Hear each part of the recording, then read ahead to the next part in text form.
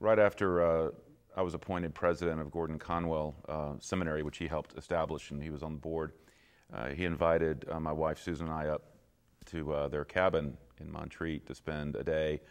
And this was just a handful of months before Ruth died.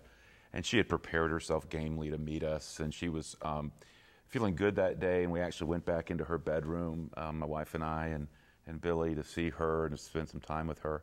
And there were several things about that day that touched us. One was staying with Ruth, how she blew up large pieces of paper with scripture because she so loved the Bible. She wanted to keep reading, even when her eyesight failed her. She had these huge, volumes by her bed.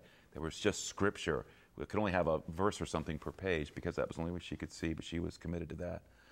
We were touched by their humility and their love for each other. I remember when we went back into their bedroom, Billy kind of walked us back there, and he kind of joked. He said, Jim, people say that at our age there is no romance. And he said, we have romance through our eyes. And he looked at her with such love. I'll never forget that moment. I mean, Susan and I were just wrecks, with that. And I remember that as we were driving down the mountain, I had him reminiscing about all kinds of stuff. I had a whole bunch of questions I wanted to ask him, but he was very generous, and he was having a very good day physically. But I remember that as we were driving down the road, he just stood at the porch waving until we were out of sight. He was just such a humble, kind man.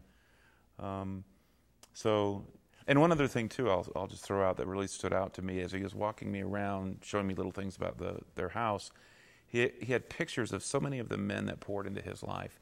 He still was so deeply grateful to the men who mentored him, and he still revered them.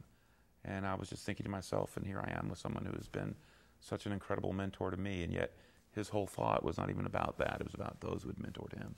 It was a delightful day, and I have a great respect for him.